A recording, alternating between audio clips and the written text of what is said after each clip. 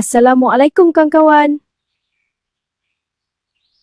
Pada hari ini, kita akan belajar tentang najis. Kawan-kawan, najis ialah semua benda kotor yang menghalang daripada sah solat seperti darah dan tahi.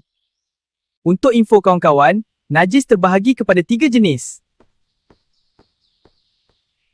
Pertama, najis mukhafafah, iaitu air kencing kanak-kanak lelaki yang berumur 2 tahun ke bawah, yang tidak makan dan minum kecuali susu ibunya sahaja.